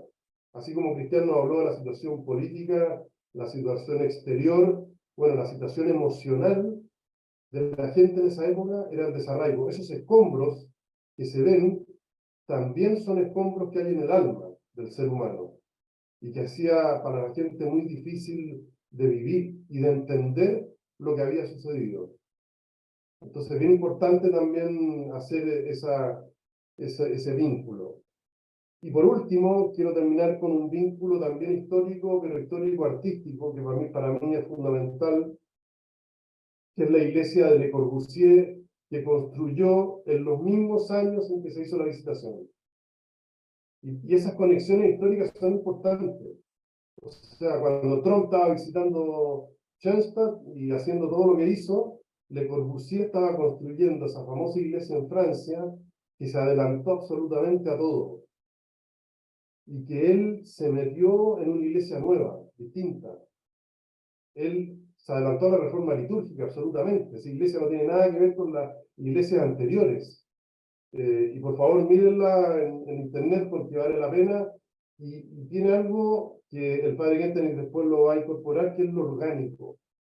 O sea, lo que hizo Le Corbusier fue unir el paisaje, los materiales y la forma. Entonces lo mismo, es como pensar, es un pensar orgánico que se construye, que se hace vida orgánica. Y cuando uno mira esa iglesia, uno dice qué moderna es, pero bueno, fue construida entre el año 50 y 55, exactamente en los años en que estaba la Visitación presente. Esa conexión a mí me parece bien importante. Y la otra conexión que yo quiero dejar es la que nombré de la jornada pedagógica de 1951, que es el libro que surge El Hombre Nuevo. Eso después lo vamos a ver también históricamente, es bien interesante porque cuando Trump va a Schoenstatt y le dice al padre Kentenich que tiene que irse, que él tiene que dejar Schoenstatt, tiene que dejar Alemania, tiene que dejar Europa, y una serie de documentos que le deja escrito, una serie de normas que él tiene que cumplir. Y ahí el padre Kentenich le pide al padre Trump hacer lo último que quería hacer, que era esta jornada pedagógica, que es desde el 2 al 8 de octubre. Desde el 2 al 8 de octubre estaba Trump en Schoenstatt, y estaba también otro personaje que nosotros vamos a estudiar después, que es el padre Turovsky, que era el superior general de los palotinos, que jugó un rol fundamental en toda esta época, y que yo creo que tenemos que levantar una estatua en alguna parte de Schoenstatt porque realmente nos defendió y nos ayudó como nadie. Y lo más curioso de todo es que el padre Turovsky le pidió al padre Trump y al padre Müller, que fue el siguiente superior general de los palotinos, tener una entrevista con la hermana Georgia. Y esa entrevista fue el 7 de octubre de 1951, en plena jornada de esta jornada. Son conexiones históricas sumamente interesantes. A mí me parece que esta jornada del 51 es lo mejor del padre Kentenich. O sea, si uno quiere ir al fondo del 31 de mayo, aquí está. O sea, esto es como yo hago un paralelo con los ejercicios espirituales de San Ignacio. Quizás me equivoque, pero yo creo que una de las obras que va a quedar en la historia del padre Kentenich más grande es esta, la del 51. Porque ahí él explica lo que realmente son las causas segundas. Porque ahí él desarrolla nuestra pedagogía y desarrolla nuestra espiritualidad como en ninguna otra parte. O sea, hasta diría yo con una cierta belleza y una calidad, diría yo, pedagógica, teológica, psicológica, que no alcanzó nunca más. Y es como el canto del cisne, porque después él se va y no vuelve más hasta el año 1965. Es bien impactante eso. Y en ese momento también se juntaba toda esta historia con la hermana Georgia, con el padre Turovsky, con el padre Trump. No, son una cantidad de cosas que se juntan en esos pocos días de octubre que fueron fundamentales. Entonces, toda esta parte, todo este contexto político, todo este contexto histórico, todo este contexto eclesial, todo este contexto teológico, espiritual, artístico, por supuesto que influye. O sea, uno vive de lo que está recibiendo en ese momento en el mundo. O sea, ningún ser humano puede abstraerse de lo que está viviendo, y el padre Kentenich menos aún. Y en esta jornada del año 51, el padre Kentenich cita abundantemente al otro gran teólogo alemán, Balthasar, que es muy interesante. Balthasar, ese año, el año 50, había escrito un libro sobre la vida de Santa Teresita del Niño Jesús. Pero no tanto la vida, sino que una teología de Santa Teresita del Niño Jesús. Y el padre Kentenich tomó este libro inmediatamente. Esto del año 51, el libro del año 50. Y lo cita con unas citas maravillosas, donde él hace el ejemplo y dice, bueno, ¿qué es lo que son las causas primera y causa segunda? Y ahí toma el ejemplo del papá de Santa Teresita. Cuando Santa Teresita rezaba al Padre Nuestro y miraba a su papá, ya no sabía distinguir entre Dios y su papá real. Y tiene una frase muy bonita Santa Teresita sobre eso. Y el padre que te dice, eso es lo que yo quiero. Entonces está tomando un gran teólogo del siglo XX, que recién había escrito este libro, lo toma inmediatamente el padre Kentenich. Y lo toma para lo fundamental nuestro, que es nuestro camino a través de las causas primeras y causas segundas. Bueno, después nos vamos a meter también más en este tema, pero yo quería insistir, digamos, en toda esta parte de la influencia que había en el tiempo y en el momento, que son claves. Y también quisiera destacar que el padre Kentenich era alemán, y eso también es bien importante. O sea, uno si va a la historia de los grandes santos son muy ejemplares de su país. O sea, San Ignacio es un español puro y duro, digamos. Y el padre Kentenich es un alemán puro y duro. Y en muchas de sus formas de ser, de su pensamiento, de lo que él hizo, de ser hijo de esa iglesia y no de otra, es bien importante.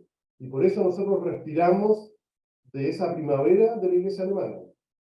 Nosotros somos hijos de esa primavera de la iglesia alemana que fue después de la Segunda Guerra Mundial. Y somos hijos de un país que se reorganizó de esa forma. Yo creo que Konrad Adenauer es una figura, como decía Cristiano, importantísima, porque él era un profundo católico, convencido de que estaba haciendo algo para la iglesia también. Y Konrad Adenauer, el padre Kentenich cuando murió también hizo una prédica muy bonita hablando de Konrad Adenauer. Esa forma que tienen los alemanes de organizarse, de ser federales, toda la federatividad, o sea, todo eso el padre Kentenich lo respira y es parte de lo que él va entregando. Y por eso me parece importante también destacar toda esa parte histórica. Bueno, yo quisiera terminar y dejarles como tarea que ustedes anoten hoy esas preguntas y después las podamos ver al final. Porque es clave las preguntas que ustedes tengan y se acerquen a este libro también con esas preguntas, de manera de poder descubrir mejor lo que está escrito y los documentos que están ahí.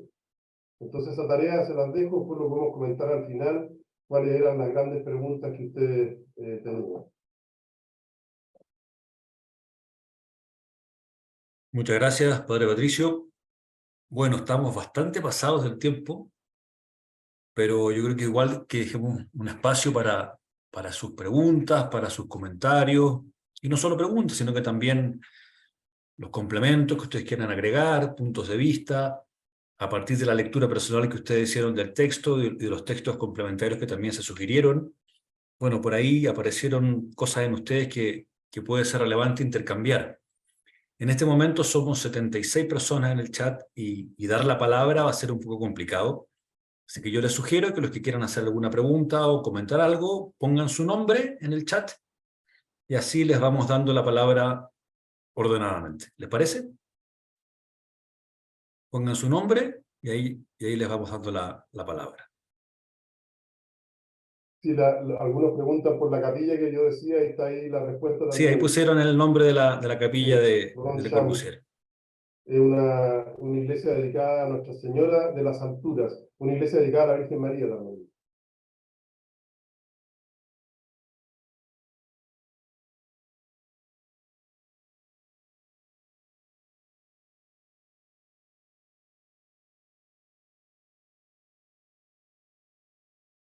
Si alguien quiere con Claudio Núñez, adelante Claudio. Gracias, padre. Una consulta, padre Patricio. A muchos de nosotros nos tocó escucharlo a usted hace 2, 3 años en medio de las noticias que nos llegaron producto de estos textos. Uno tiene que leer padre Patricio, este libro de usted, si yo lo comparo con haberlo escuchado hace 2, 3 años, sin duda, usted me corrige, usted tiene información que no tuvo en ese minuto para podernos compartir su mirada, ¿cierto? ¿Y qué comparación nos puede hacer de esa mirada que usted tenía en aquel tiempo, en medio de la pandemia, y la mirada de ahora en este tema? Sí, muy buena la pregunta. Evidentemente, o sea, de partida todas estas 200 páginas de informes del padre Trump no las teníamos y son sumamente interesantes. También una cantidad enorme de cartas del padre Turovsky con el padre Kenton, tampoco las teníamos. Entonces yo he ido haciendo muchas conexiones que no había hecho. Además, el magíster a uno lo ayuda a tener instrumentos para leer mejor la historia y para construir mejor la historia. O sea, yo soy otro, te diría yo, después de todo este magíster y de todos estos estudios. Eso no significa que lo que dije sea falso, sino que más bien, diría yo, el juicio, el poner las cosas en su lugar, el tener otras informaciones que no tenía, el relativizar otras, o sea, y esto sigue, diría yo, en desarrollo. O sea, esto tenemos para mucho tiempo. A mí una cosa que no dije me ha impactado muchísimo después de todo este estudio, cómo el padre Gentry tenía sentido histórico. Él guardó documentos, pero es que es increíble la cantidad de documentos que él guardó, y no solamente él, Turovsky, el mismo Trump, era gente que tenía sentido histórico y que tenía sentido de guardar en los archivos esto. Entonces la cantidad de material que hay es mucho mayor de lo que yo pensaba. Es gigantesca. O sea, tenemos, y ahora entiendo que el padre Kentenich decía muchas veces, le leía yo cosas y decía, esto se lo dejo a los historiadores. Yo pensé que era una frase más, pero no. Son cantidades de cosas. Yo estuve en el archivo que tenemos nosotros allá en Schoenstatt, uno entra y como que se le viene un cerro encima, un abismo, digamos, y dice, esto es imposible. O sea, esto necesitamos varias personas que estén, y así se hace normalmente. Los estudios se hacen a través de varias personas, porque la cantidad de documentos que hay son impactantes. Y en eso la iglesia tiene mucho sentido histórico. Yo creo que, bueno, aquí hay la Elizabeth, es historiadora, uno de los mejores archivos del mundo, el archivo del Vaticano. O sea, los archivos del Vaticano, yo creo que no hay ningún estado del mundo ni país del mundo que tenga un archivo de esa categoría, de esa cantidad de años, de ese orden. O sea, es impresionante. Pero hay que ir a los archivos, ¿eh? Yo creo que hay que ir a los documentos originales para saber lo que pasó. Gracias, padre. Gracias, padre. Aquí Luis Jacaman quiere hacer una pregunta. Padre, muy buenas noches. Estoy claro de que todo lo que estamos viendo y el, digamos, el contexto del libro tiene una mirada histórica.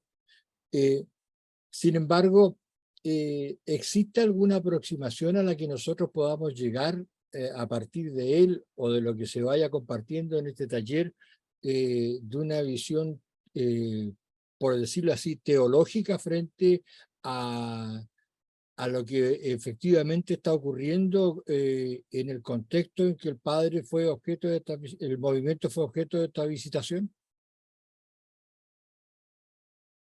O sea, como dices tú, el acento está más en la historia en este taller, pero también diría yo, muy unido a lo que él pensaba, digamos.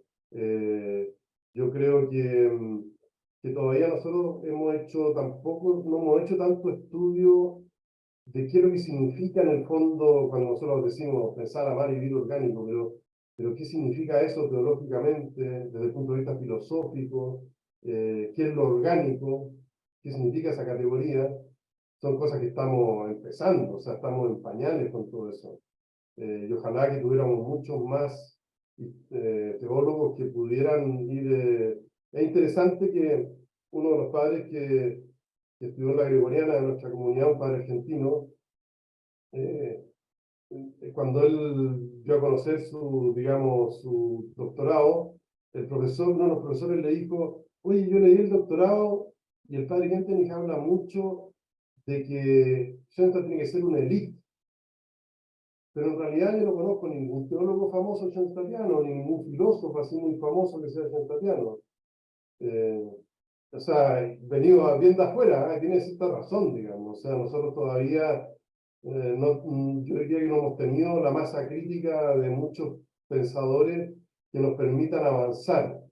Yo creo que tenemos que dar un paso hacia adelante. O sea, por ejemplo, todo lo que tiene que ver con la psicología también. Creo que donde más hemos dado pasos es en la pedagogía, porque tenemos varios colegios en el mundo, y las hermanas ya hace muchos años que llevan colegios.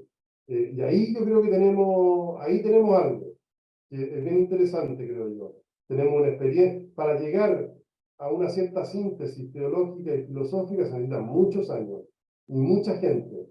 Y en lo pedagógico yo creo que tenemos ya algo, y ahí podemos decir algo, diría yo. Gracias, padre.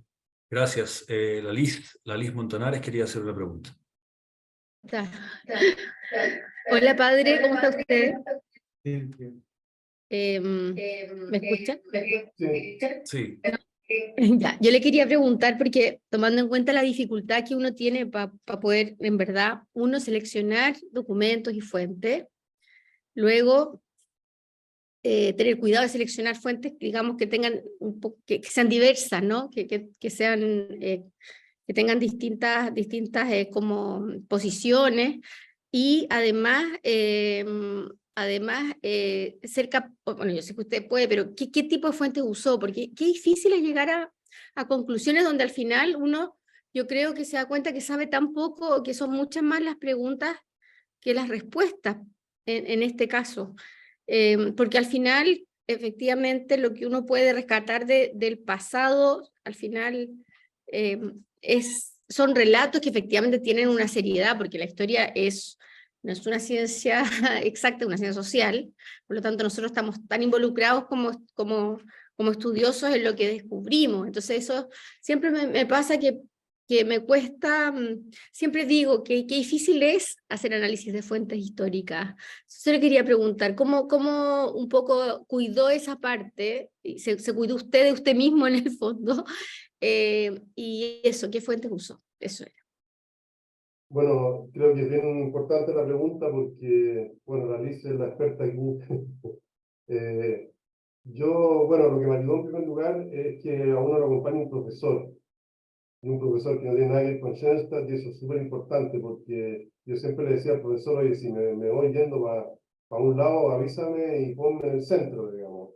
Eso fue clave para mí. Y también él me ayudó a seleccionar las fuentes principales. Yo estoy absolutamente, o sea, tengo la certeza de que esto es un primer paso. O sea, aquí hay que seguir haciendo pasos, y fue o sea, esto es provisorio en ese sentido. Y por lo tanto, las fuentes que yo tomé también son limitadas. Yo quise como limitarme porque si no era muy difícil. Y sobre todo lo que me dijo el profesor, lo interesante de tu trabajo es que esta fuente, que son estas 200 páginas, que es la fuente principal, en latín, esta fuente no existía. Entonces eso hace que tu trabajo sea el primero, pero van a tener que venir muchos más después. Pero tu trabajo es el primero que trabajó una fuente que no existía, que nadie la había leído, que nadie la tenía. Entonces yo creo que eso fue eso fue lo que más me dijeron, digamos, y es súper interesante encontrarse con una fuente que estaba guardada en un archivo y que nadie la tenía. Eso es lo genial de esto. Pero hay que hacer muchas más conexiones. Otro profesor me dijo, mira, tienes que ir más a los archivos del Vaticano a ver otras cosas de Trump. Trump hizo otras visitaciones, eso también yo lo enuncio ahí también. Trump hizo varias visitaciones, había que hacer una comparación de qué pasó con las otras visitaciones de Trump. Yo me referí solamente a una, que también fue bastante polémica, porque fue después de la visitación del padre Kentenich, fue el año 55, un poco después, que en Holanda, en los seminarios de sacerdotes, por primera vez, los seminaristas empezaron a ir al psicólogo y al psiquiatra. Y en esa época era un escándalo. Y el Vaticano dijo, no puede ser. Y ahí mandaron a Trump a hacer una investigación, de que él era holandés, una investigación a estos seminarios católicos holandeses. Bueno, y Trump arrasó con todo, dijo que esto estaba prohibido, y arrasó sobre todo con una gran psiquiatra holandesa que se llamaba Anne Terrube, diciendo que ella no podía ir a los seminarios, que eso estaba prohibido. Posteriormente, Pablo VI, al igual que con el padre Kentenich, rehabilitó a esta psiquiatra, diciendo que por supuesto, y que era una gran psiquiatra católica además, pero a eso habría que, o sea, hay muchas líneas de investigación que hay que seguir. Entonces esto es provisional, de todas maneras. Y la otra línea de investigación que yo creo esencial es hacer la investigación de la tercera visitación, que fue el año 64. Eso todavía no lo hemos investigado. Entonces hay muchas cosas que esto es un primer paso, eso lo tengo clarísimo. Muchas gracias. Sergio Mora quería hacer una Muchas gracias, pregunta. padre. Sergio. Buenas noches a todos, buenas noches, padre. Sergio Mora acá de Bellavista. Muy interesante las dos presentaciones, tanto la primera del contexto histórico y también la del padre Patricio Moore. Por mi parte, analizando, leyendo el libro y además los documentos que se compartieron, La historia como amistad, y el segundo documento, La nariz de Cleopatra y la verdad de la historia, y leyendo entre líneas el libro, padre Moore, quisiera preguntarle cuánto de temor usted vio en los documentos ante el crecimiento que Schoenstatt estaba teniendo, temor por parte de la Iglesia, un temor político y desconocimiento de lo que estaba pasando en ese contexto post Segunda Guerra Mundial, que Schoenstatt abrazaba tanto a los desplegados por la guerra, como también esta nueva espiritualidad que se está creando, y nuevamente colocándonos en el contexto actual, hoy día, como estamos en nuestra sociedad, y todo lo que es abuso, de qué manera, de qué forma nosotros, como schoenstattianos, nosotros como parte del movimiento de la familia, debemos abordar el tema hoy día tan sensible que es el abuso, y de qué manera lo podemos trabajar. Con eso es por mi parte. Lo que tú dices es lo que yo decía, que normalmente uno va con nuevas preguntas a la historia. Y naturalmente hoy día esa pregunta de los abusos en la iglesia es una pregunta que no existía, digamos, y por lo tanto la gente iba a los documentos pero sin esa pregunta. Yo creo que lo que hizo la señora von Teufenbach no es la pregunta que tenía Trump. Y eso es bien importante, porque uno como que dice, es la pregunta que tenía Trump, y él trataba de investigar abusos. No, no, esa es la pregunta de la señora von Teufenbach en el año 2020, que es una pregunta muy actual y que naturalmente hay que hacerla. Pero la pregunta que tenía Trump era distinto. Y yo creo que es una pregunta, yo creo que Trump tenía lo que dices tú, una pregunta, este nuevo movimiento en una iglesia preconciliar, ¿qué lugar tiene? Por ejemplo, una de las grandes preguntas que tenía Trump era sobre los sacerdotes, el fundar un instituto secular de sacerdotes diocesanos. Y eso no existe mucho Trump, esto no puede ser. Los obispos también le dicen, esto no puede ser, porque aquí los sacerdotes van a tener al obispo y al superior, quien es el jefe, quien los manda, son diocesanos, no puede ser. Que es muy divertido porque hoy día esa pregunta no se la hace nadie. O sea, y ahí yo lo pongo, que en 2014 el presidente de la conferencia episcopal alemana era perteneciente a un instituto secular de diocesanos. Una locura, digamos. O sea, Trump se dio varias vueltas en la tumba. Entonces, hay preguntas que después se desaparecen porque a nadie le interesan, pero surgen preguntas nuevas. Entonces, es bien importante el no equiparar, digamos, y decir, las preguntas que tenía Trump eran las mismas de la señora Fotógrafa, no. Entonces hay que analizar los textos de otra forma. Ahora, es interesante analizar el tema, diría yo, si hubo o no abuso, o si Schoenstatt puede producir abuso. Toda esta, diría yo, pedagogía y psicología de las causas segundas, indudablemente que se puede entender mal. Bueno, como todas las teologías. E indudablemente que puede producir abusos. O sea, eso hay que tenerlo claro. Y por eso hay que buscar los caminos, hay que buscar es buena la pregunta porque eso nos obliga a nosotros a decir, bueno, hay que tener cuidado, las causas segundas no se trata de que uno es transparente en las causas segundas y hace lo que quiere. No se puede. Es como esa frase de San Agustín que dice, ama y haz lo que quieras. Bueno, hay que explicar la frase, porque uno puede hacer lo que quiera. Entonces yo creo que, yo no me metí en ese tema, pero creo que es un tema súper interesante de desarrollar, digamos, nuestra espiritualidad, que es una espiritualidad muy humana, que es una espiritualidad que tiene que ver con personas reales que transparentan a Dios. ¿Cómo se evitan los abusos? Es súper buena la pregunta.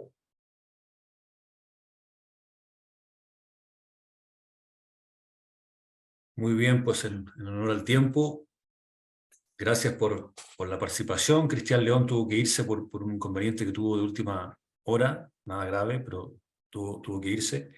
Esta sesión va a quedar grabada, la vamos a subir al YouTube, al canal de YouTube de la editorial Nueva Patris, para los que la quieran ver de nuevo o compartirla. Ahí va a estar asequible a todos quienes quieran. Muy bien, nosotros nos vemos el 13 de julio. Es la segunda sesión, el 13 de julio, y tal como hicimos para esta primera sesión, les vamos a mandar los textos que hay que leer, en fin, la guía de lectura, para que ustedes puedan leerlo previamente en casa y ir generando también sus preguntas, y en fin, aprovechar más la sesión en vivo.